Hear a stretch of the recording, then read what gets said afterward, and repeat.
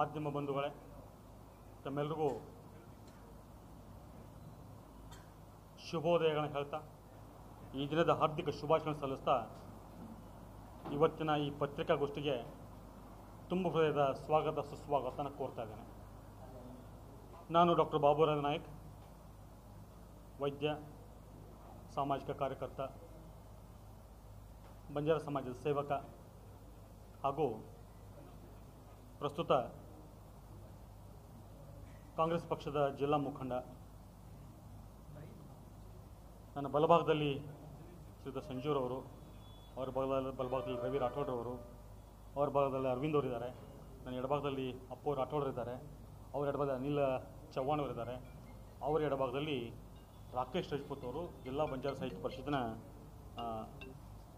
ಜಿಲ್ಲಾ ಪ್ರಧಾನ ಕಾರ್ಯದರ್ಶಿಗಳಿದ್ದಾರೆ. ಇವತ್ತಿನ ಮಾಧ್ಯಮಗೋಷ್ಠಿಗೆ ತಮ್ಮನ್ನೆಲ್ಲ ಆಹ್ವಾನ ಮಾಡಿಕೊಂಡ ಉದ್ದೇಶ ಪ್ರಥಮಲ್ಲಿ ಹೇಳ್ತಾ ಮುಂದಿನ ಭಾಗವಾಗಿ ವಿಸ್ತೃತವಾಗಿ ತಮ್ಮ ವಿಷಯವನ್ನು ತಿಳಿಸೋಕ್ಕೆ ಇಚ್ಛೆಪಡ್ತೇನೆ. ಬಂಧುಗಳೇ, ರಾಜ್ಯಾದ್ಯಂತವಾಗಿ ಪರಿಶಿಷ್ಟ ಜಾತಿ ಕೊಟ್ಟಂತಹ ಮೀಸಲಾತಿಯನ್ನು ಒಡೆದುಹಾಕಿ ಒಳ ಮೀಸಲಾತಿಯನ್ನು ತರಬೇಕು ಎಂಬ ಹುನ್ನಾರದೊಡನೆ ಶುರುವಾದಂತಹ ಹಲವಾರು ಹೋರಾಟಗಳು, ಪರ ಮತ್ತು ವಿರೋಧ ಹೋರಾಟಗಳ ಬಗ್ಗೆ ತಮಗೆಲ್ಲರೂ ಮಾಹಿತಿ ಇದೆ. 2005ರಲ್ಲಿ ಮಾನ್ಯ ಧರ್ಮಸಿಂಗ ಸರ್ಕಾರದಲ್ಲಿದ್ದಾಗ ಸದಾಶಿವ ಆಯೋಗದ ಒಂದು ಘಟನೆ ಆಗ್ತದೆ. ನಂತರಕ್ಕೆ ಸುಮಾರು ವರ್ಷಗಳ ಹಣಕಾಸಿನ ವ್ಯವಸ್ಥೆ ಆಗದಿರೋದ್ರಿಂದ ಅದು ತನ್ನ ಕಾರ್ಯರೂಪಕ್ಕೆ ಬರೋದಿಲ್ಲ. ನಂತರ 2008ರಲ್ಲಿ ಸನ್ಮಾನ್ಯ ಶ್ರೀ ಯಡಿಯೂರಪ್ಪನವರು ಮುಖ್ಯಮಂತ್ರಿಗಳಾದಾಗ ಅದಕ್ಕೆ ಆ ಒಂದು ಸದಾಶಿವ ಆಯೋಗಕ್ಕೆ ಧನ ಸಹಾಯ ಮಾಡಿ ಅದಕ್ಕೆ ಕಾರ್ಯರೂಪಕ್ಕೆ ತಂದಂಥ ತಮಗೆ ತಿಳಿದ ವಿಷಯ. ಒಂಚೂರು ಹಿನ್ನೆಲೆ ಕೊಡ್ತೀನಿ ನಿಮಗೆ. ನಂತರ ದಿನಗಳಲ್ಲಿ ಸದಾಶಿವ ಕಮಿಷನ್ ರಿಪೋರ್ಟ್ 2015ರಲ್ಲಿ ಮಾನ್ಯ ಶ್ರೀ ಸದಾನಂದ ಗೌಡರಿಗೆ ಸನ್ಮಾನ್ಯ ನ್ಯಾಯಮೂರ್ತಿ ಸದಾಶಿವರವರು ಸಲ್ಲಿಸ್ತಾರೆ. ಅದು ನೆನೆಗುದಿಗೆ ಬೀಳ್ತದೆ ಕಾರಣಾಂತರಗಳಿಂದ, ಅವೈಜ್ಞಾನಿಕ ರೀತಿಯಿಂದ ಅದು ಅಧ್ಯಯನ ಆಗಿದೆ, ಸರಿಯಲ್ಲ, ಅಸಂವಿಧಾನಾತ್ಮಕವಾಗಿದೆ ಅಂತ ಹಲವಾರು ಹೋರಾಟಗಳು ಮಾಡಿದಾಗ ಬೊಮ್ಮಾಯಿ ಸರ್ಕಾರ ಅದನ್ನು ಸದಾಶಿವ ಆಯೋಗವನ್ನು ಸಾರಾಸಗಟವಾಗಿ ತಿರಸ್ಕಾರ ಮಾಡಿ ಜಿ ಮಾಧುಸ್ವಾಮಿ ಆವಾಗಿನ ಸಂಸದೀಯ ಸಚಿವರು ಅವರ ಒಂದು ಅಧ್ಯಕ್ಷತೆಯಲ್ಲಿ ಒಂದು ಪಾರ್ಲಿಮೆಂಟರಿ ಕಮಿಟಿ ಮಾಡಿ ಅದಕ್ಕೆ ಅಧ್ಯಯನ ಮಾಡೋಕ್ಕೆ ಒಂದು ಅಧಿಕಾರ ಕೊಟ್ಟದ್ದು ಕೂಡ ತಮಗೆ ತಿಳಿದ ವಿಷಯ. ನಂತರದಲ್ಲಿ ಬೊಮ್ಮಾಯಿ ಸರ್ಕಾರ ತರಾತುರಲ್ಲಿ ಚುನಾವಣೆ ಸಂದರ್ಭದಲ್ಲಿ ಮೀಸಲಾತಿ ಪ್ರಮಾಣವನ್ನು 15ರಿಂದ 17ಕ್ಕೆ ಏರಿಸಿ, ST ಅವರ ಮೀಸಲಾತಿ ಪ್ರಮಾಣ 3ರಿಂದ 7ಕ್ಕೆ ಏರಿಸಿ ಒಂದು ಕ್ಯಾಬಿನೆಟನ್ನು ನಿರ್ಣಯ ತೆಗೆದುಕೊಂಡು ಕೇಂದ್ರ ಸರ್ಕಾರಕ್ಕೆ ಶಿಫಾರಸು ಮಾಡ್ತಾರೆ. ಆದರೆ ಯಾವುದೇ ಮೀಸಲಾತಿ ಪ್ರಮಾಣವನ್ನು ಏರಿಸೋಕ್ಕಾಗಲಿ ಇಳಿಸೋದಕ್ಕಾಗಲಿ ಇರುವಂತಹ ಪರಮಾಧಿಕಾರ ಆವಾಗ ಬೊಮ್ಮಾಯಿ ಸರ್ಕಾರ ಇದ್ದಂತಹ ಸಂದರ್ಭದಲ್ಲಿ ಆ ಪರಮಾಧಿಕಾರ ಕೇಂದ್ರ ಸರ್ಕಾರಕ್ಕಿತ್ತು ಮತ್ತು ಸರ್ವೋಚ್ಚ ನ್ಯಾಯಾಲಯಕ್ಕಿತ್ತು. ಆದರೆ ರಾಜಕೀಯ ಬೇಳೆಯನ್ನು ಬೇಯಿಸೋಸ್ಕರವಾಗಿ ಚುನಾವಣೆಯ ಸಂದರ್ಭದಲ್ಲಿ ತರಾತುರಿಯಲ್ಲಿ ಇವರು ಅಸಂವಿಧಾನಾತ್ಮಕವಾಗಿ ಆ ಸಂದರ್ಭದಲ್ಲಿ 15ರಿಂದ 17 ಮಾಡಿ ಮಾಧುಸ್ವಾಮಿ ಕಮಿಷನ್ ಅವರು ಇಡಿಯಾದ ಪರಿಶಿಷ್ಟ ಜಾತಿಯನ್ನು 4 ವಿಭಾಗಗಳಾಗಿ ವಿಂಗಡಿಸ್ತಾರೆ. ಎಡ, ಬಲ, ಇವರನ್ನು ಸ್ಪೃಶ್ಯ ಅಂತ ಹೇಳ್ತಾರೆ, ಅಸ್ಪೃಶ್ಯ ಅಂತ ಹೇಳ್ತಾರೆ, ಕ್ಷಮಿಸಿ. ಬಂಜಾರ, ಲಂಬಾಣಿ, ಭೋವಿ, ಕೊರಚ ಸಮಾಜಗಳನ್ನು ಸ್ಪೃಶ್ಯ ಪರಿಶಿಷ್ಟ ಜಾತಿರು ಅಂತ ಹೇಳ್ತಾರೆ. ನಂತರ ಇತರೆ ಅಂತ ಹೇಳಿ ಅಲೆಮಾರಿ, ಅರೆ ಅಲೆಮಾಲಿ ಪರಿಶಿಷ್ಟ ಜಾತಿಗಳನ್ನು ವಿಂಗಡಣೆ ಮಾಡ್ತಾರೆ.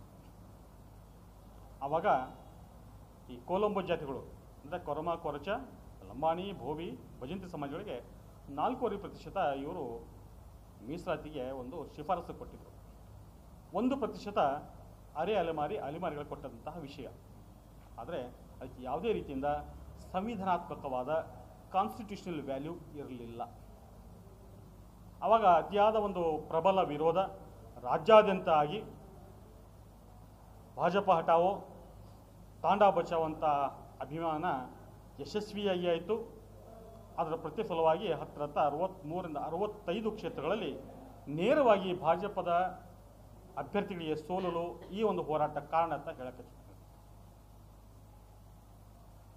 ಇದನ್ನು ಹಲವಾರು ಸಂದರ್ಭಗಳಲ್ಲಿ ಪರಾಜಿತ ಭಾಜಪದ ಅಭ್ಯರ್ಥಿಗಳೇ ತಮ್ಮೆಲ್ಲ ಮಾಧ್ಯಮದ ಮುಂದೆ ತಮ್ಮ ಅಳಲನ್ನು ತೋಡಿಕೊಂಡದ್ದು ಕೂಡ ಅದು ಸಾಕ್ಷೀಕರಣ ಆಗಿದೆ. ನಂತರ ದಿನಗಳಲ್ಲಿ ಬಂದಂತಹ ಸನ್ಮಾನ್ಯ ಶ್ರೀ ಸಿದ್ದರಾಮಯ್ಯ ಸರ್ಕಾರರು ಅಲ್ಲಿ ಆದಂತಹ ಲೋಪದೋಷಗಳನ್ನು ಸರಿಪಡಿಸೋಣ ಅಂತ ಪ್ರಯತ್ನ ಮಾಡ್ತಾ ಇರುವಂಥ ಸಂದರ್ಭದಲ್ಲಿ ಮಾನ್ಯ ಸರ್ವೋಚ್ಚ ನ್ಯಾಯಾಲಯಕ್ಕೆ ಕೇಂದ್ರ ಸರ್ಕಾರ ಅಭಿಪ್ರಾಯವನ್ನು ವ್ಯಕ್ತಪಡಿಸಿ ಸರ್ವೋಚ್ಚ ನ್ಯಾಯಾಲಯ ಒಳ ಮೀಸಲಾತಿಗೆ ಅವಕಾಶ ಕೊಡಬಹುದು ಮತ್ತು ಆ ಒಂದು ಪರಿಮಾಣಿಕರ ರಾಜ್ಯಗಳಿಗೆ ವರ್ಗಾಯಿಸಿ ರಾಜ್ಯಗಳಿಂದ ಬಗ್ಗೆ ಸಂದರ್ಭೋಚಿತ ವಿವೇಚನೆಗೆ ನಿರ್ಧಾರ ತೆಗೆದುಕೊಳ್ಳುವಂಥ ಒಂದು ಸೂಚನೆಯನ್ನು ಸರ್ವೋಚ್ಚ ನ್ಯಾಯಾಲಯ ರಾಜ್ಯಗಳಿಗೆ ಕೊಡ್ತದೆ. ಆವಾಗ ಇದೇ ಭಾರತೀಯ ಜನತಾ ಪಕ್ಷದ ಹಲವಾರು ನಾಯಕರುಗಳು ಇದರ ಪರವಾಗಿ ಸರ್ಕಾರ ಮೇಲೆ ಒತ್ತಡ ಹಾಕಿದಾಗ ಸರ್ಕಾರ ಕೂಡ ನ್ಯಾಯಮೂರ್ತಿ ನಾಗಮೋಹನ್ ದಾಸ್ರವರ ಒಂದು ನೇತೃತ್ವದಲ್ಲಿ ಏಕಸದಸ್ಯ ಆಯೋಗವನ್ನು ರಚಿಸಿ ಅದರ ಮುಖೇನ ರಾಜ್ಯದಲ್ಲಿರುವಂತಹ ಪರಿಶಿಷ್ಟ ಜಾತಿಗಳ ಒಂದು ಸಮೀಕ್ಷೆ ಮಾಡೋಕ್ಕೆ ಪರಮಾಧಿಕಾರ ಕೊಟ್ಟರು. ಅದಕ್ಕಿಂತ ಮುಂಚೆ ಇರುವಂತಹ ದತ್ತಾಂಶಗಳನ್ನು ಪರಿಶೀಲನೆ ಮಾಡಿ ಕೊಡಿ ಅಂತ ಹೇಳಿದರು. ದತ್ತಾಂಶಗಳು ಸರ್ಕಾರದಲ್ಲಿ ಕೂಡ ಸರಿಯಾಗಿ ಇರಲಿಲ್ಲ. ಸರ್ಕಾರಕ್ಕೆ RTIದಲ್ಲಿ ನಾವು ಅಪ್ಲಿಕೇಶನ್ ಹಾಕಿದಾಗ ಕೂಡ ಜಿಲ್ಲೆಯಿರುವಂತಹ ತಾಂಡಗಳ ಸಂಖ್ಯೆಗಳು ಗೊತ್ತಿರಲಿಲ್ಲ. ಆ ಮಟ್ಟಕ್ಕಿದ್ದಾಗ ಅದು ಸರಿಯಾಗುತ್ತೆ ಅಂತ ತಿಳ್ಕೊಂಡು ನ್ಯಾಯಮೂರ್ತಿ ನಾಗಮೋಹನ್ ದಾಸ್ರವರೊಂದು ಅಧ್ಯಕ್ಷತೆಯಲ್ಲಿ ಏಕಸದಸ್ಯ ಆಯೋಗದಲ್ಲಿ ರಾಜ್ಯಾದ್ಯಂತ ಒಂದು ಸಮೀಕ್ಷೆಯನ್ನು ಮಾಡಿಸಿದರು. ತಮಗೆಲ್ಲ ತಿಳಿದಿರುವಂತೆ ಬಂಜಾರ, ಕೊರಚ, ಕೊರಮ, ಭೋವಿ ಬಹುತೇಕವಾಗಿ ಅಲೆಮಾರಿಗಳೇ. ಅವರು ನಡೆಸಿದಂತಹ ಒಂದು ಸರ್ವೆ ಸಂದರ್ಭದಲ್ಲಿ 100ಕ್ಕೆ 90 ಜನ ಗುಳೆ ಹೋಗಿರ್ತಾರೆ. ಹಲವಾರು ತಾಂಡಗಳಲ್ಲಿ ಸರಿಯಾದ ಒಂದು ಸಮೀಕ್ಷೆ ಆಗಲಿಲ್ಲ. ಸಮೀಕ್ಷೆಗೆ ಹೋದಂಥ ಶಿಕ್ಷಕರ ಮೊಬೈಲ್ಗಳ ಆ್ಯಪ್ಗಳು ಸರಿಯಾಗಿ ಕೆಲಸ ಮಾಡಲಿಲ್ಲ. ಟೆಕ್ನಿಕಲ್ ಇಶ್ಯೂಗಳು ಸಾಕಷ್ಟಿದ್ದು ಎಲ್ಲ ಸಮಸ್ಯೆಗಳನ್ನು ನ್ಯಾಯಮೂರ್ತಿ ನಾಗಮೋಹನ್ ದಾಸ್ ಅವರಿಗೆ ನಾವು ಗಮನಕ್ಕೆ ತಂದೀವಿ. ಸರ್ಕಾರಕ್ಕೂ ತಮ್ಮಗಳ ಮಾಧ್ಯಮಗಳ ಮುಖೇನ ಕೂಡ ನಾವು ವಿಷಯಗಳನ್ನು ತಿಳಿಸೋಕ್ಕೆ ಪ್ರಯತ್ನ ಮಾಡಿದ್ವಿ. ಆದರೂ ಕೂಡ ನ್ಯಾಯಮೂರ್ತಿ ನಾಗಮೋಹನ್ ದಾಸ್ ಅವರು ನಾವು ಅವ್ರು ಭೇಟಿಯಾದಾಗ ನಮ್ಮನ್ನೆಲ್ಲ ಉದ್ದೇಶಿಸಿ ಸೂಕ್ತವಾದ ನಿರ್ಣಯ ತೆಗೆದುಕೊಳ್ತೀವಿ, ಯಾವುದೇ ಗಡಿಬಿಡಿ ನಮಗೂ ಇಲ್ಲ, ಆತಂಕಕ್ಕೆ ಪಡುವಂತಹ ಅವಶ್ಯಕತೆ ಇಲ್ಲ ಅಂತ ಒಂದು ಭರವಸೆ ಕೊಟ್ಟಾಗ ನಾವು ಕೂಡ ಸಹಕಾರ ಕೊಟ್ಟು ಬಹುತೇಕ ತಾಂಡಗಳಲ್ಲಿ ಈ ಒಂದು ಸಮೀಕ್ಷೆ ನಡೆಯುವಂತೆ ಸಹಾಯ ಮಾಡಿದ್ವಿ.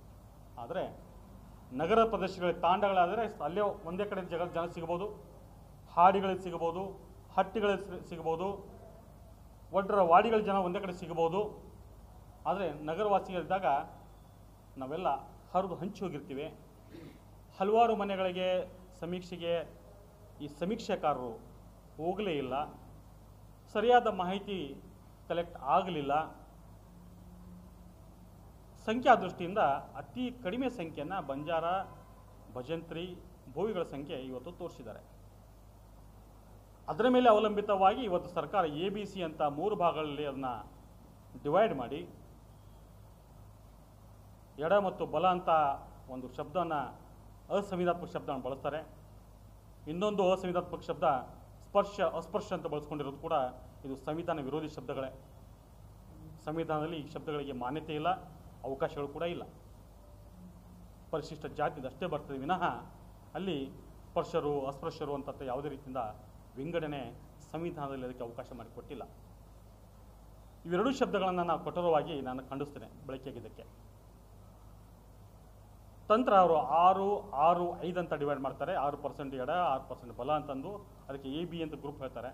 C ಗ್ರೂಪಲ್ಲಿ ಯಾವುದೋ ಮಾಧುಸ್ವಾಮಿ ಗ್ರೂಪಲ್ಲಿ ಅಲೆಮಾರಿಗಳನ್ನು ಬೇರೆ ಇಟ್ಟು D ಮಾಡಿದ್ರೋ ಅವನ್ನೆಲ್ಲ ತಂದು ಈ C ಗ್ರೂಪಲ್ಲಿ ಸೇರಿಸಿ ಇದ್ದಂತಹ 4 ಜಾತಿಗಳ ಒಂದು ವಿಭಾಗವನ್ನು 59 ಜನ 63 ಸಂಖ್ಯೆ ಹೆಚ್ಚಿಸಿ 4.5 ಮತ್ತು 1 ಇದ್ದಂತಹ ಮುಂಚೆ ಇದ್ದಂತಹ 5.5ನ ಅರ್ಧ ಕತ್ತರಿಸಿ 5 ಮಾಡಿ ಇನ್ನೂ 0.5% ನಮ್ಮ ಬೇರೆ ದಲಿತ ಬಂಧುಗಳಿಗೆ ಕೊಟ್ಟು 63 ಜಾತಿಗಳಿಗೆ 5% ಕೊಟ್ಟದನ್ನು ಇವತ್ತು ಇಡಿಯಾದ ಸಮಾಜ ಒಕ್ಕೋರಲಿಂದ ವಿರೋಧ ಮಾಡ್ತದೆ ಅನ್ನೋ ವಿಷಯನ ತಮ್ಮ ಮುಖೇನ ಸನ್ಮಾನ್ಯ ಸರ್ಕಾರಕ್ಕೆ ನಾನು ತಿಳಿಸೋಕ್ಕೆ ಇಚ್ಛೆಪಡ್ತೇನೆ. ಸಮಾಜಕ್ಕೆ ಸಮಸ್ಯೆ ಆದಾಗ, ಅನ್ಯಾಯ ಆದಾಗ ರಾಜಕೀಯ ರಹಿತವಾಗಿ ಹೋರಾಟ ಮಾಡೋದು ಸಾಮಾಜಿಕ ಚಿಂತನೆ ಉಳ್ಳವರು, ಸಾಮಾಜಿಕ ಬದ್ಧತೆ ಉಳ್ಳವರು, ಸಮಾಜವನ್ನು ಸಂಘಟಿತವಾಗಿ ತೆಗೆದುಕೊಂಡು ಹೋಗೋರು ಮಾಡಬೇಕಂತ ಕೆಲಸ. ಎಲ್ಲ ಸಂದರ್ಭಗಳು ರಾಜಕಾರಣ ಮಾಡೋಕ್ಕೆ ಬರೋದಿಲ್ಲ. ಇಡಿಯಾದ ಸಮಾಜಕ್ಕೆ ಪೆಟ್ಟು ಬೀಳುವಂಥ ಸಂದರ್ಭ ಬಂದಾಗ ನಮ್ಮ ಪಕ್ಷದ ಲೇಬಲ್ಗಳನ್ನು ಪಕ್ಕದಲ್ಲಿಟ್ಟು ಸಮಾಜ ಹಿತಕ್ಕೋಸ್ಕರ ನಿಲ್ಲಬೇಕಾಗ್ತದೆ. ಅದು ಪ್ರತಿಯೊಬ್ಬ ಆ ಸಮಾಜದ ವ್ಯಕ್ತಿಯ ಆದ್ಯ ಕರ್ತವ್ಯ ಅಂತ ನಾನು ಭಾವಿಸಿದ್ದೇನೆ, ತಿಳ್ಕೊಂಡಿದ್ದೇನೆ. ಹಾಗೆಯೇ ನಿನ್ನೆ ಜರುಗಿದಂತಹ ವಿಜಯಪುರ ಜಿಲ್ಲಾ ಮಟ್ಟದ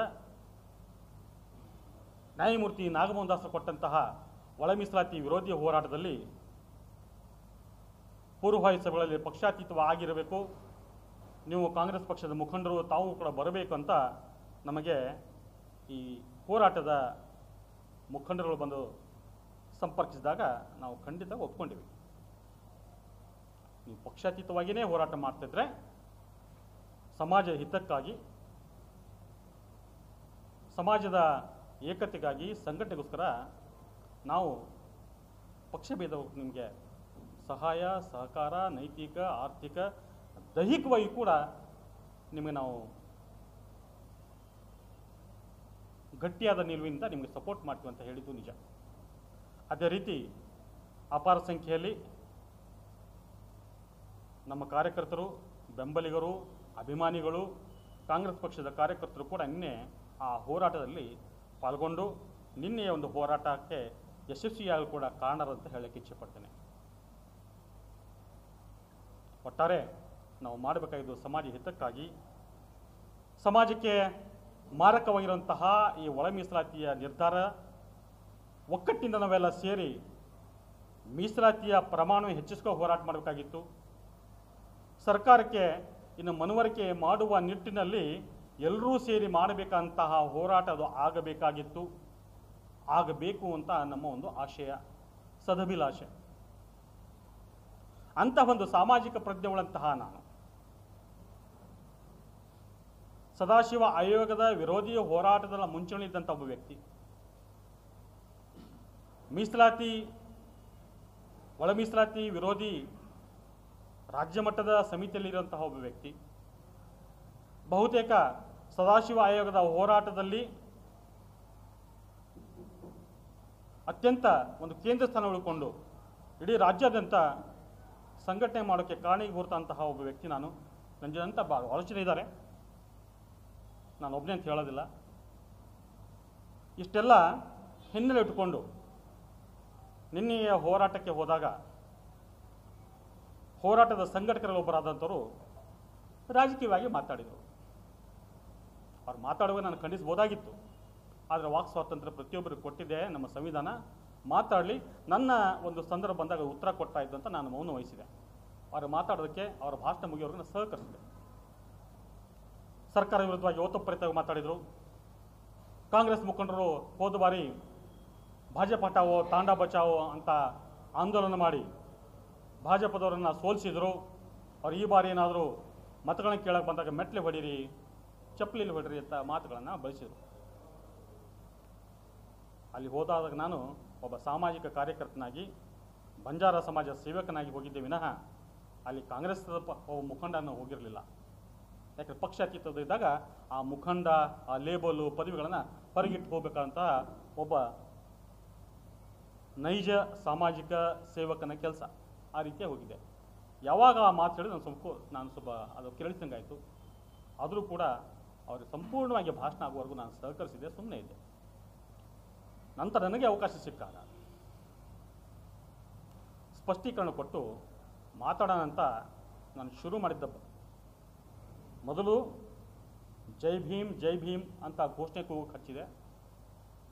ಸರಿಯಾಗಿ ಪ್ರತಿಕ್ರಿಯೆ ಬರಲಾದಾಗ ಘೋಷಣೆ ಕೂಗುವಂಥ ಶಕ್ತಿನೇ ನಿಮ್ಮ ಗಂಟಲುಗಳಿಲ್ಲ, ಮೀಸಲಾತಿಯ ಶಕ್ತಿ ಎಲ್ಲಿಂದ ಬರ್ತದೆ ನಿಮಗೆ ಅಂತ ನಾನು ಜನರಿಗೆ ಉದ್ದೇಶಿಸಿ ಮಾತನಾಡಿ, ಇಂತಹ ಒಂದು ಸದಭಿಲಾಷೆ ಇರುವಂತಹ ಹೋರಾಟ ಪಕ್ಷಾತೀತ ಹೋದಾಗ ಒಬ್ಬ ಕಾಂಗ್ರೆಸ್ ಮುಖಂಡನಾಗಿ ನಾನು ನಿಮ್ಗೆ ಸಪೋರ್ಟ್ ಮಾಡಿ ಬಂದಾಗ ನಮ್ಮನ್ನೇ ಮೆಟ್ಲು ಹೊಡಿತೀರಿ, ಸಮಾಜಕ್ಕೆ ಹಿತಕ್ಕಾಗಿ ಮೆಟ್ಲು ಹೊಡೆದ್ರೆ ತಪ್ಪಿಲ್ಲ ಅಂತ ಮಾತನ್ನು ಶುರುನೇ ಮಾಡ್ತಾ ಇದ್ದೆ. ಆವಾಗ ಪಟ್ಟಭದ್ರ ಶಾಸ್ತ್ರಿಗಳು ತಮ್ಮದೇ ಒಂದು ಬೇಳೆ ಬೇಯಿಸ್ಕೋಸ್ಕರವಾಗಿ ನನ್ನ ಮೇಲೆ ಮುಗಿಬಿದ್ದು ಮೈಕನ್ನು ಕಸ್ಕೊಂಡು ಯಾವ ವಿಚಾರಗಳನ್ನು ನಾನು ಜನರಿಗೆ ತಿಳಿಸ್ಬೇಕಾಗಿತ್ತು, ವಿಸ್ತೃತವಾಗಿ ಹೇಳಬೇಕಾಗಿತ್ತು. ಇಡಿಯಾದ ಸಮಾಜವನ್ನು ಮುಂದಿನ ಹೋರಾಟಕ್ಕೆ ನಾವು ಅಣಿಗೊಳಿಸಬೇಕಾಗಿತ್ತು. ಎಲ್ಲಿವರೆಗೂ ವಿಷಯಗಳನ್ನು ಬಿಡಿ ಬಿಡಿಯಾಗಿ ತಿಳಿಸಿ ಹೇಳುವವರೆಗೂ ಜನರ ಮನಕ್ಕೆ ಮುಟ್ಟೋದಿಲ್ಲ. ಆ ಒಂದು ಪ್ರಯತ್ನ ಇದ್ದಾಗಲೇ ಇಡಿಯಾದ ಘಟನೆ ಅದು ನಿಜವಾಗ್ಲೂ ಖಂಡನೀಯ. ಆದರೂ ಕೂಡ ಇವತ್ತು ಪತ್ರಿಕಾಗೋಷ್ಠಿ ಯಾಕೆ ಕರೆದಿವಪ್ಪ ಅಂದರೆ ಈ ಒಂದು ಆದಂತಹ ಒಂದು ಸಣ್ಣ ಘಟನೆ ಸಮಾಜದ ಮೇಲೆ ಮತ್ತು ಹೋರಾಟ ಮೇಲೆ ಪ್ರತಿಕೂಲವಾದಂತಹ ಪರಿಣಾಮ ಬೀರಬಾರ್ದು. ಒಟ್ಟಾರೆ ಈ ಹೋರಾಟ ಒಬ್ಬ ಪಕ್ಷದಿಂದ ಹೋಗಬಾರ್ದು, ಸಮಾಜದಿಂದ ಆಗಬೇಕು, ಪಕ್ಷಾತೀತವಾಗಬೇಕಂತ ನಮ್ಮೆಲ್ಲರ ಒಂದು ಅಭಿಲಾಷೆ. ಬಹಳಷ್ಟು ಜನ ನಮ್ಮ ಕಾಂಗ್ರೆಸ್ ಮುಖಂಡರು ಬರಬೇಕಾಗಿತ್ತು. ಆದರೆ ಅತ್ಯಂತ ಬಹಳ ತ್ವರಿತವಾಗಿ ಇದನ್ನು ನಿರ್ಧಾರ ತೆಗೆದುಕೊಂಡಾಗ ಅವರೆಲ್ಲರೂ ತಮ್ಮ ವೈಯಕ್ತಿಕ ಕಾರ್ಯಗಳಲ್ಲಿ ತೊಡಗಿದ್ದಾರೆ. ಸಂದರ್ಭ ಬಂದಾಗ ಮತ್ತೆ ಅವರ ಒಂದು ಮತ್ತೊಮ್ಮೆ ನಿಮ್ಮ ಮುಂದೆ ಬಂದು ವಿಷಯಗಳನ್ನು ತಿಳಿಸ್ತೇವೆ. ತಮ್ಮ ಮುಖೇನ ಇಡೀ ರಾಜ್ಯಕ್ಕೆ ಮತ್ತು ಸರ್ಕಾರಕ್ಕೆ ವಿನಂತಿ ಮಾಡೋದೇನೆಂದರೆ ದಯವಿಟ್ಟು ತಾವುಗಳು ತೆಗೆದುಕೊಂಡ ನಿರ್ಧಾರ ಪುನರ್ ಪರಿಶೀಲನೆ ಮಾಡಿ. ಯಾವ ರೀತಿ ಹೋದ ಬಾರಿ ಭಾಜಪಕ್ಕೆ ಪಾಠ ಕಲಿಸಿದೀವೋ ಅದು ನಮಗೆ ತಿರುಗುಬಾಣ ಆಗಬಾರದು. ಸಾಮಾಜಿಕ ನ್ಯಾಯ ಕೊಡುವಲ್ಲಿ ಅಲೆಮಾರಿ ಮತ್ತು ಅಲೆಮಾರಿ ಪರಿಶಿಷ್ಟ ಬಂಧುಗಳಿಗೆ ಅನ್ಯಾಯ ಆಗಬಾರದು.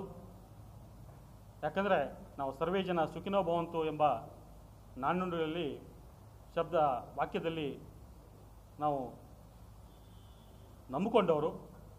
ಎಲ್ರಿಗೂ ಸಮಾನವಾದ ಅವಕಾಶ ಸಿಗಬೇಕು.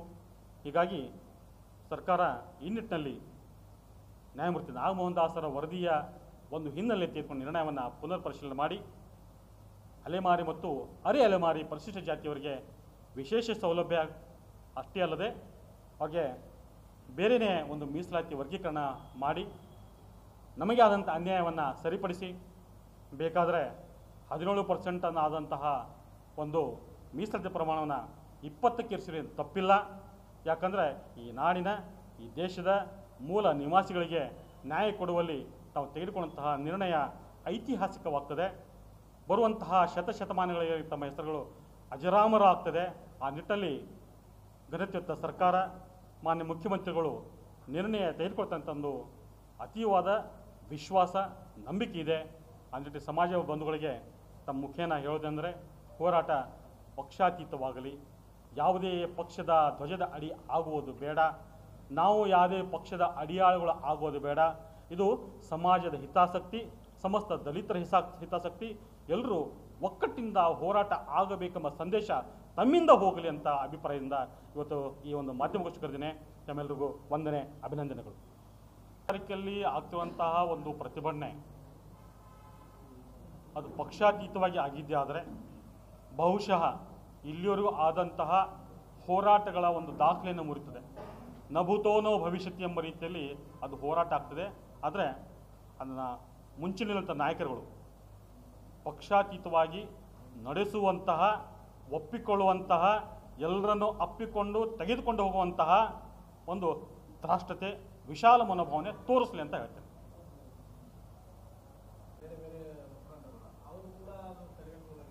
ಇಲ್ಲ, ಅವರೆಲ್ಲರೂ ಅವ್ರಿಗೆ ನಂತರ ಅಂದರೆ ಈಗ ಸಮಾಜದ ಕೆಲಸ ಕೇಳಬಾರ್ದು ಅಂತ ನಾವು ಉದ್ದೇಶ ತರ್ಕೊಂಡ್ಬಿಟ್ಟಿವಿ. ನಂತರದಲ್ಲಿ ಒಂದು ಸಣ್ಣ ಸಭೆ ಆದೇಶ ಹೋಟೆಲ್ ಆದಮೇಲೆ ಎಲ್ಲ ಹಿರಿಯರು ಸ್ವಾಮೀಜಿಗಳು ಕೂಡ ಯಾರು ಮಾಡಿದ್ರೋ ಅವ್ರಿಗೆ ತಿಳಿ ಹೇಳಿದ್ದಾರೆ, ಇದು ಈ ಥರ ಆಗಬಾರ್ದು. ನೀವು ಪೂರ್ತಿಯಾಗಿ ಅವ್ರು ಹೇಳುವಂತಹ ಒಂದು 30 ಸೆಕೆಂಡ್ ತಿಳಿದ್ರೆ ಡಾಕ್ಟರ್ ವಿಷಯನ ತೊಗೊಂಡು ಹೋಗ್ತಿದ್ರು ಮುಂದೆ. ಅವ್ರ ಉದ್ದೇಶನೇ ಬೇರೆ ಇತ್ತು, ನೀವು ತಿಳ್ಕೊಳ್ಳೋದೇ ಬೇರೆ ಆಗಿದೆ. ಸೊ ನಿಮ್ಮ ಸಂಕುಚಿತ ಮನೋಭಾವನೆ ಸಮಸ್ಯೆ ಮಾಡಿದ್ರಿ, ಈ ಥರ ಆಗಬಾರ್ದು ಅಂತ ಒಂದು ಬುದ್ಧಿವಾದ ಹೇಳಿದ್ರೆ ಆಗಲೇ. ಆದರೆ ಇಡಿಯಾದ ಸಮಾಜಕ್ಕೆ ಎಷ್ಟು ಮಟ್ಟಿಗೆ ಸುದ್ದಿ ಮುಟ್ತಾ ಗೊತ್ತಿಲ್ಲ. ತಮ್ಮ ಮುಖ್ಯನೆಲ್ಲರೂ ತಿಳ್ತಂದರೆ ಏಕತೆಯನ್ನು ಕಾಪಾಡೋಣ. ಇದು ಸಂದಿಗ್ಧ ಒಂದು ಸಮಸ್ಯೆ. ಇದು ಭಾರತೀಯ ಜನತಾ ಪಕ್ಷದಾಗಲಿ ಅಥವಾ ಕಾಂಗ್ರೆಸ್ ಆಗಲಿ, ಜನತಾದಳ ಸಮಸ್ಯೆ ಅಥವಾ ಆ ಕಾರ್ಯಕರ್ತರು ಅಷ್ಟೇ ಆಗುವಂಥ ಸಮಸ್ಯೆ ಅಲ್ಲ. ಇಡಿಯಾದ ಸಮಾಜಕ್ಕೆ ಆಗುವಂಥ ಸಮಸ್ಯೆ ಇದ್ದಾಗ ಎಲ್ಲರನ್ನೂ ತೆಗೆದುಕೊಂಡು ಹೋಗಬೇಕಾಗ್ತದೆ. ಅಲ್ಲಿ ಎಲ್ಲರೂ ಸೇರಿದಾಗ ನಮ್ಮ ಹೋರಾಟ ಸರ್ಕಾರದ ನಿರ್ಧಾರದ ವಿರುದ್ಧ ಆಗಬೇಕು ವಿನಃ ಪಕ್ಷ ವಿರೋಧ ಇದ್ದಾಗ ಸಹಜವಾಗಿ ಅಲ್ಲಿರುವಂತಹ ಆ ಕಾರ್ಯಕ್ಕೆ ಇರುಸಮರ್ಸಾಗ್ತದೆ, ಸಿಟ್ಟು ಬರ್ತದೆ. ಸೊ ನಾವು ಅದರಲ್ಲಿ ಮುಂಚೂಣಿದ್ದೀವಿ. ಹೋದ ಸಾರಿ ತಾಂಡ ಹಟಾವ್ ಅಂತ ಭಾಜಪ ಹಟಾವ್ ಅಂತ ಹೋರಾಟದಲ್ಲಿ ಮೆಟ್ಲಿ ಹೊಡಿತಾರೆ. ನಾವು ನ್ಯಾಯ ಸಿಗಲಿಲ್ಲ ಅಂತಂದ್ರೆ ಮೆಟ್ಲಿ ನಾವು ಉಡ್ಸ್ಕೊಂತ ಬರ್ಸಕ್ತದೆ, ಕರ ಹುಟ್ಟು ಮೆಟ್ಲಿ ಹೊಡೆದಾಗ್ತಲ್ಲ. ನಿಮ್ಗೆ ಬೆಂಬಲ ಕೊಟ್ಟಿದ್ದೀವಿ, ನಿಮ್ಮ ಕರೆಗೆ ಹೋಗೊಟ್ಟು ನಿಮ್ಗೆ ಸಾಥ್ ಕೊಟ್ಟು ನಮ್ಮದೇ ಸರ್ಕಾರ ಇದ್ದಾಗ ಕೂಡ ಸರ್ಕಾರನೇ ತಪ್ಪಾದಾಗ ತಪ್ಪಂತ ಹೇಳಲೇಬೇಕು. ಒಬ್ಬೊಬ್ಬ ಅದು ನೈಜ ಸಾಮಾಜಿಕ ಹೋರಾಟಗಾರನ ಒಬ್ಬ ಕರ್ತವ್ಯ. ನಾವು ನಿಮ್ಮ ಜೊತೆ ಬಂದಾಗ ಕೂಡ ನೀವು ಅಲ್ಲಿ ಮಾತಾಡೋದು ಇದು ಇಷ್ಟು ಮಟ್ಟಿಗೆ ಒಪ್ಕೊಳ್ಳೋಂಥ ವಿಷಯ, ಅದು ಆಗಬಾರ್ದಿತ್ತು. ಏನೋ ಅದೊಂದು ಕೆಟ್ಟ ಗಳಿಗೆ ಆಗೋಗಿದೆ. ಇನ್ನು ಮೇಲಾದರೂ ಈ ರೀತಿ ಘಟನೆಗಳು ಆಗದೇ ಇರಲಿ, ಎಲ್ಲರನ್ನ ಸೇರಿಸ್ಕೊಂಡು ಹೋಗಲಿ ಅಂತ ಒಂದು ಉದ್ದೇಶದಿಂದ ಇವತ್ತು ಈ ಒಂದು ಪ್ರೆಸ್ ಮೀಟ್ ಕರೆದು. ಯಾಕಂದರೆ ಕೆಲವೊಬ್ಬರು ಕಿಡಿಗಳಿರ್ತಾರೆ, ಆ ಸಣ್ಣ ಸಣ್ಣ ತುಣುಗಳನ್ನು ವೀಡಿಯೋಗಳನ್ನ ಮಾಡಿ ಏನೇನೋ ಹರಡಿಸೋದು, ಏನೇನು ಸುದ್ದಿಗಳನ್ನ ಹಬ್ಬಿಸೋದು. ಇದರಿಂದ ಈ ಹೋರಾಟಕ್ಕೆ ಹಿನ್ನಡೆ ಆಗಬಾರ್ದು. ಹೋರಾಟ ಪ್ರಬಲವಾಗಲಿ, ಹೋರಾಟ ಸರ್ಕಾರಕ್ಕೆ ಮನ ಮುಟ್ಟುವಂತಾಗಲಿ, ಸರ್ಕಾರಕ್ಕೆ ಅರ್ಥ ಮಾಡಿಸುವಂತಾಗಲಿ. ಒಟ್ಟಾರೆ ಇದಕ್ಕೆ ಒಂದು ಶಕ್ತಿ ಹೆಚ್ಚಿಗೆ ಸಿಗಬೇಕಂದ್ರೆ ಎಲ್ಲರೂ ಸೇರಿದಾಗ ಮಾತ್ರ ಆಗ್ತದೆ. ಒಂದು ಪಕ್ಷದಿಂದ ಒಂದು ಸಂಘಟನೆಯಿಂದ ಆಗುವಂಥ ಕೆಲಸ ಅಲ್ಲ. ಆ ನಿಟ್ಟಿನಲ್ಲಿ ಎಲ್ಲರೂ ಏಕೀಕೃತವಾಗಿ ಸಂಘಟಿತರಾಗಿ ಹೋರಾಟ ಮಾಡೋದಕ್ಕೋಸ್ಕರವಾಗಿ ಆ ಸಂದೇಶ ಕಳಿಸೋಕೆ ಮಾಡಿರೋದು. ಕಿಡಿಗೇಡಿಗಳು ಸಣ್ಣ ಸಣ್ಣ ಕ್ಲಿಪ್ ಮಾಡ್ತಾರೆ, ಡಾಕ್ಟರ್ ಬಾಬುರಾವ್ ನಾಯ್ಕ ಅವರು ಮೀಸಲಾತಿ ವಿರೋಧಿ ಇದ್ದಾರೆ ಅಂತ ತಂದು. ಬಹುಶಃ ನನ್ನ ಹೆಸರು ಹಾಕಿ ಸರ್ಚ್ ಮಾಡಿದರೆ ಮೀಸಲಾತಿ ಪರವಾಗಿ ಇದೆನೋ ಒಳ ಮೀಸಲಾತಿ ವಿರೋಧವಾಗಿ ಇದೆನೋ, ಒಳ ಮೀಸಲಾತಿನ ಇವರು ಒಪ್ಪಿಕೊಂಡು ಹೋರಾಟ ಮಾಡ್ತಿದ್ದಾರೆ.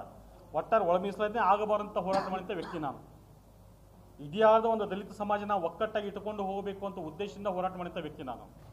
ಎಲ್ಲ ದಲಿತ ಬಾಂಧವರು ಇವತ್ತು ಅನ್ಯಾಯ ಆಗಿರ್ಬೋದು, ಆಗದೇ ಇರಬಹುದು, ಎಲ್ಲರೂ ಸೇರಿಸ್ಕೊಂಡು ನಮ್ಮದೇ ಒಂದು ವ್ಯವಸ್ಥೆ ಮಾಡ್ಕೊಂಡಿದ್ರೆ ಎಲ್ಲರನ್ನು ತೆಗೆದುಕೊಂಡು ಹೋಗುವಲ್ಲಿ ನಾವು ವಿಫಲರಾಗಿದ್ದೀವಿ. ಇವತ್ತು ಬೇರೆ ಬೇರೆ ಸಹೋದರರು ಯಾರಿಗೆ ಸವಲತ್ತು ಮುಟ್ಟಿಲ್ಲ ಅದನ್ನು ಅರ್ಥ ಮಾಡಿಕೊಂಡು ಮುಟ್ಟಿಸುವಂಥ ಪ್ರಯತ್ನ ಮಾಡಿದ್ದೆ ಆದರೆ ಇವತ್ತು ಇದು ಆಗ್ತಿರಲಿಲ್ಲ. ಅಲ್ಲಿ ನಾವು ವಿಫಲತೆನಾಗಿದ್ದದನ್ನ ಅದು ಸರಿಯಾಗಿ ಮಾಡ್ಕೊಳ್ಳೋಂತಹ ಒಂದು ಚೌಕಟ್ಟನ್ನು ಮಾಡಬೇಕಂತಂದ ಆಗಲಿಲ್ಲ. ಮತ್ತು ಬೇರೆ ಬೇರೆ ಪಟ್ಟಭದ್ರ ರಾಜಕೀಯ ಪಟ್ಟಭದ್ರ ಹಿತಾಸಕ್ತಿಗಳು ದಲಿತರ ಶಕ್ತಿಯನ್ನು ಹೊಡಿಬೇಕು ಅಂತಂದು ಒಳ ಮೀಸಲಾತಿನ ಒಂದು ಬಿಟ್ಟರು. ಅದು ಕೊನೆಗೆ ನ್ಯಾಯಾಲಯದಿಂದ ಬಂದಾಗೋದಕ್ಕೆ ನಾವು ಅದು ತಲೆಬಾಗಲೇಬೇಕು, ಒಪ್ಕೊಳ್ಳೇಬೇಕು. ಮಾಡಿದಾಗ ಕೂಡ ಅದಾದರೂ ಸರಿಯಾಗಿ ಒಂದು ನ್ಯಾಯ ಕೊಡುವಂಥ ದೃಷ್ಟಿಯಲ್ಲಾಗಲಿ. ಯಾಕಂದರೆ ಅಲೆಮಾರಿ ಮತ್ತು ಅಲೆಮಾರಿಗಳಿಗೆ ಅವರ ಪರಿಸ್ಥಿತಿ ನೋಡಿದರೆ ಕಣ್ಣಲ್ಲಿ ನೀರು ಬರ್ತದೆ. ಇವತ್ತು ಹಂದಿ ಜೋಗಿಯವರು, ಹಂದಿಗೋಲರು, ಗಂಟಿಚೋರರು, ಏನ್ರಿ ಶಿಳ್ಳಿಕ್ಯಾತರು, ಸುಳ್ಗಾಳಿಸಿದ್ರು, ಇವ್ರ ಪರಿಸ್ಥಿತಿ ಇನ್ನೂ ಅಯೋಮಯ ಅದ. ಒಂದು ತುತ್ತಿನ ಊಟಕ್ಕೂ ಕೂಡ ಅಲಿದಾಡುವಂತಹ ಪರಿಸ್ಥಿತಿ ಅದ. ಅವ್ರನ್ನ ತಂದು ವಿಶೇಷವಾಗಿ ಅವರಿಗೆ ಸಪ್ರೇಟಾಗಿ ನಾವು ಮೀಸಲಾತಿ ಒಳ ಮೀಸಲಾತಿ ಕೊಡದೇ ಇದ್ದರೆ ಮುಂದೆ ಅವ್ರನ್ನ ಯಾವಾಗ ನಾವು ಸಮಾಜದ ಪ್ರಮುಖವಾಗಿ ತರಕಾಗ್ತದೆ. ನಾವು ಸಾಮಾಜಿಕ ಹೋರಾಟದಾಗ ಎಲ್ಲರ ಬಗ್ಗೆನೂ ವಿಚಾರ ಮಾಡೋಕ್ಕಾಗ್ತದೆ, ಬರೀ ಒಬ್ಬಂದ ವಿಚಾರ ಮಾಡೋಕ್ಕಾಗಲ್ಲ. ಆ ನಿಟ್ಟಿನಲ್ಲಿ ಹೋರಾಟ ಮಾಡ್ಕೊಂಡು ಬಂದವನಿಗೆ ಇವತ್ತು ಒಂದು ಜನ ಒಳ ಮೀಸಲಾತಿ ವಿರೋಧಿ ಅಂತಂತ ಕ್ಲಿಪ್ಪನ್ನು ಹಾಕ್ತಾಯಿದ್ದಾರೆ. ನಾವು ಬಹುತೇಕ ನಿಮ್ಮ ಮಾಧ್ಯಮದವರು ಮುಖೇನಾದಂತಹ ಹಲವಾರು ಕ್ಲಿಪ್ಗಳು ಇವತ್ತು, ಯಾಕಂದರೆ ಡಿಜಿಟಲ್ ಬಂದಾಗಿಂದ ಯಾರು ಎಲ್ಲಿಂದ ಅದನ್ನು ಎಸ್ಕೇಪ್ ಮಾಡೋಕ್ಕೆ ಸಾಧ್ಯ ಇಲ್ಲ, ಉಲ್ಟಾ ಹೊಡೆಯೋಕ್ಕೆ ಸಾಧ್ಯ ಇಲ್ಲ. ಯಾವ ನಿಲುವನ್ನು ನಾನು ಕೂಡ ನಿಮಗೆಲ್ಲರೂ ಗೊತ್ತದ, ಭಾರತೀಯ ಜನತಾ ಪಕ್ಷ ಇದ್ದವನೇ. ಅಲ್ಲಿದ್ದವು ಕೂಡ ಮಾಧುಸ್ವಾಮಿ ಕಮಿಷನ್ ಹೋರಾಟದಲ್ಲಿದ್ದಾಗ ಸರಿಯಾಗಿದ್ದಪ್ಪ, 4 ಕೊಟ್ಟಿದ್ದಾರೆ, ಒಂದು ಸಪ್ರೇಟಾಗಿ ಕೊಟ್ಟಿದ್ದಾರೆ, ಅವ್ರಿಗೂ ನ್ಯಾಯ ಸಿಕ್ಕಿದೆ, ನಮಗೂ ನ್ಯಾಯ ಸಿಕ್ಕದ ನಾವು ಅದಕ್ಕೆ ಗಮನಿಸಿದ್ದೀವಿ. ನಂತರ ದಿನಗಳೆಲ್ಲ ವಿರೋಧ ಕೂಡ ಮಾಡಿದ್ದೀವಿ. ಒಟ್ಟಾಗಿ ನಾವು ಗಟ್ಟಿಯಾಗಿರುವಂತಹ ಮೀಸಲಾತಿ ಹೊಡೆಯೋದು ಬೇಡ ಅಂತಂದು ಈಗ ಇಲ್ಲದ ಕೂಡ ನಾನು ಅದಕ್ಕೆ ಬದ್ಧನಾಗಿದ್ದೀನಿ. ನಾನು ಒಂದು ಪ್ರಿನ್ಸಿಪಲ್ಗೆ ಬದ್ಧನಾದಂಥ ವ್ಯಕ್ತಿ. ಪಾರ್ಟಿಗಳು ಬದಲಾವಣೆ ತಕ್ಷಣ ಆ ರೀತಿಯ ಬದಲಾವಣೆ ಮಾಡ್ಕೊಳ್ಳೋಂಥವನ್ನಲ್ಲ. ಒಟ್ಟಾರೆ ಸಾಮಾಜಿಕ ಹಿತ ರಕ್ಷಣೆಯಲ್ಲಿ ದಲಿತರ ಒಂದು ಸಂಘಟಿತ ಹೋರಾಟಕ್ಕೆ ಶಕ್ತಿ ಸಿಗಬೇಕು ಅನ್ನೋದು ಸದಾ ಬಯಸಿದ್ದವನು. ಆ ನಿಟ್ಟಲ್ಲಿ ಈ ಒಂದು ಸಂಘಟನಾತ್ಮಕ ಹೋರಾಟದಲ್ಲಿ ಯಾವುದೇ ರೀತಿಯಿಂದ ಭಿನ್ನಾಭಿಪ್ರಾಯಗಳು ಬರದೆ ಇದು ಹೋರಾಟದ ಶಕ್ತಿ ಕುಂದದೆ ಶಕ್ತಿಯನ್ನು ಹೆಚ್ಚಿಸುವಂಥ ಕೆಲಸ ಈ ಮುಂಚೂಣಿಯಲ್ಲಿರುವಂಥ ನಾಯಕರುಗಳು ಮಾಡಲಿ, ಅಷ್ಟೇ ನನ್ನ ಒಂದು ವಿಚಾರ. ಈ ವಿಷಯ ಕುರಿತಾಗಿ ಈ ಮೊದಲಿನ ಬಹಳಷ್ಟುಗಳು ನಾನು ಮಾಧ್ಯಮಗೋಷ್ಠಿಗಳನ್ನ ಪ್ರತಿಪಾದನೆ ಮಾಡಿದ್ದೀನಿ. ಇದು ಒಟ್ಟಾರೆ ಹುನ್ನಾರ ಯಾವ ರೀತಿ ಇದೆ ಅಂದರೆ, ದಲಿತರ ಶಕ್ತಿಯನ್ನು ಕುಂದಿಸಿ, ದಲಿತರನ್ನು ವಿಭಜಿಸಿ, ದಲಿತರು ಎಂದೂ ಒಂದು ಕಡೆ ಸೇರದೇ ಇರುವ ಹಾಗೆ ಮಾಡುವಂಥ ಹುನ್ನಾರ ಅಂತ ಈ ಮುಂಚಿನ ಮಾಧ್ಯಮಗೋಷ್ಠಿಯಲ್ಲಿ ನಾನು ಹೇಳಿದ್ದೀನಿ. ಯಾಕಂದರೆ 1875 ಇದೇ ಬ್ರಿಟಿಷರು ಕ್ರಿಮಿನಲ್ ಟ್ರೈಬ್ ಆ್ಯಕ್ಟ್ ಅಂತ ತರ್ತಾರೆ. ಯಾತಕ್ಕೋಸ್ಕರ ಅಂದರೆ ಬಂಜಾರರು ಸ್ವಲ್ಪ ಧೈರ್ಯವಂತವರು, ಯುದ್ಧಗಳಲ್ಲಿ ನುಗ್ಗಿ ಆಹಾರ ಸಾಮಗ್ರಿಗಳನ್ನು, ಮದ್ದುಗುಂಡಗಳನ್ನು ಸಪ್ಲೈ ಮಾಡುವಂಥ ಶಕ್ತಿ ಉಳ್ಳವರು, ವ್ಯಾಪಾರಿಗಳು, ಇವರನ್ನು ನಾವು ಫ್ರೀಯಾಗಿ ಬಿಟ್ಟರೆ ಇವರು ಸ್ವಾತಂತ್ರ್ಯದ ಒಂದು ಚಳುವಳಿಗೆ ಸಹಕಾರಿಯಾಗ್ತಾರೆ ಅಂತಂದು ಅದು ಒಂದೇ ಉದ್ದೇಶದಿಂದ ಕ್ರಿಮಿನಲ್ ಟ್ರೈಬ್ ಆ್ಯಕ್ಟನ್ನು ನಮ್ಮ ಮೇಲೆ ಹೇರಿ, ಹೆಂಗಂದರೆ ಹುಟ್ಟಿದ ಮಗು ಕೂಡ ಒಬ್ಬ ಕ್ರಿಮಿನಲ್. ಅಂದರೆ ಆನುವಂಶಿಕ ಅಪರಾಧಿ ಎಂಬ ಹಣೆಪಟ್ಟನ್ನು ಕಟ್ಟಿ ನಮಗೆ ಸೆಟಲ್ಮೆಂಟಲ್ಲಿ ಹಾಕಿದಂಥ ಇತಿಹಾಸ ಇದೆ. ಅದರಿಂದ ಮುಕ್ತರಾಗಿದ್ದು ನಾವು ಸ್ವಾತಂತ್ರ್ಯ ನಂತರದಲ್ಲಿ.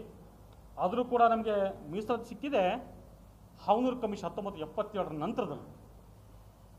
ಅಲ್ಲಿವರೆಗೂ ನಾವು ಉತ್ತರ ಕರ್ನಾಟಕದ ಬಹುತೇಕ ಭಾಗದಲ್ಲಿ ನಾವು ಡಿ ನೋಟಿಫೈಡ್ ಟ್ರೈಬ್ ಅಂತಾರೆ, DNT ಅಂತಂದು. ನೋಟಿಫೈಡ್ ಟ್ರೈಬ್ ಅಂತ ಅವ್ರು ಮಾಡಿದ್ರು, ಇವರು ಡಿ ನೋಟಿಫಿಕೇಶನ್ ಮಾಡಿದ್ರು ಅಷ್ಟೇ. ಅಂದ್ರೆ ಅದೇನು ಕ್ರಿಮಿನಲ್ ಅಂತ ಶಬ್ದ ಅಷ್ಟೇ ಹೋಗಿತ್ತು, ಅದು ಸೌಲಭ್ಯ ಯಾವುದು ಸಿಕ್ಕಿರಲಿಲ್ಲ. ಅದೇ ನಾಲ್ವರು ಕೃಷ್ಣರಾಜ ಅರಸರ ಮೈಸೂರರ ಪ್ರಾಂತದಲ್ಲಿ 1930ರಲ್ಲಿ ಸೈಮನ್ ಕಮಿಷನ್ ಅನ್ನೋ ಒಂದು ಆಧಾರ ತೆಗೆದುಕೊಂಡು ಅಲ್ಲಿ ಆಗಲೇ SC ಅಂತ ಘೋಷಣೆ ಮಾಡಿದ್ರು. ಅವಾಗಲೇ ಬಂಜಾರಲ್ಲಿ ನೀವು ದಾವಣಗೆರೆ ಕಡೆ ಹೋದರೆ ಬಹುತೇಕವಾಗಿ ವಿದ್ಯಾವಂತರು ಅಭಿವೃದ್ಧಿ ಹೊಂದಿದಂತಹ ಬಂಜಾರಲ್ಲಿ ನೀವು ಕಾಣ್ಬೋದಲ್ಲಿ. ಆದರೆ ನಮ್ಮ ಪರಿಸ್ಥಿತಿ ಇನ್ನೂ ಈ ಕಡೆ ಬಯಲು ಬಂದರೆ ಬಹುಶಃ ತಮ್ಮ ಕೊಂಚಾವರಂ ಕಥೆ ಕೇಳಿರ್ಬೋದು, ಗುಲ್ಬರ್ಗದಂತಹ ತಾಂಡಗಳ ಪರಿಸ್ಥಿತಿ ಕೇಳಿರ್ಬೋದು, ಮತಾಂತರದ ಒಂದು ಹಾವಳಿ ತಮಗೆಲ್ಲ ಗೊತ್ತಿದೆ. ಹೊಟ್ಟೆ ತುಂಬೋಸ್ಕರವಾಗಿ ಕಳ್ಳಬಟ್ಟಿ ಸರಾಯಿಗಳು ಮಾಡಿ ಅನಾಹುತಗಳಾಗಿದ್ದು ತಾವು ಕೇಳಿದ್ರಿ. ಯಾಕಂದರೆ ಹೊಟ್ಟೆ ಅನ್ನೋದು ಬಹಳ ಪಾಪಿ ಇದೆ. ತುಂಬೋಸ್ಕರವಾಗಿ ಏನಾದರೂ ಮಾಡಬೇಕಂತ ಒಂದು ಅನಿವಾರ್ಯ ಪರಿಸ್ಥಿತಿಗೆ ಇಳಿದು ಏನೇನೋ ಸಮಸ್ಯೆಗಳಾಗಿದ್ದ ತಮಗೆಲ್ಲ ಗೊತ್ತಿದೆ. ಇನ್ನೆಲ್ಲ ಸರಿಪಡಿಸಬೇಕಾದ್ರೆ ಒಂದು ಏಕೀಕೃತವಾದ ಒಂದು ಮೀಸಲಾತಿ ಆಗಬೇಕಾದರೆ ದುರ್ದೈವ ಈಗ ಒಡೆದಾಗಿದೆ. ಈಗ ಅದು ಒಡೆದ್ರೂ ಕೂಡ ಯಾರಿಗೂ ಅನ್ಯಾಯ ಆಗಬಾರ್ದು.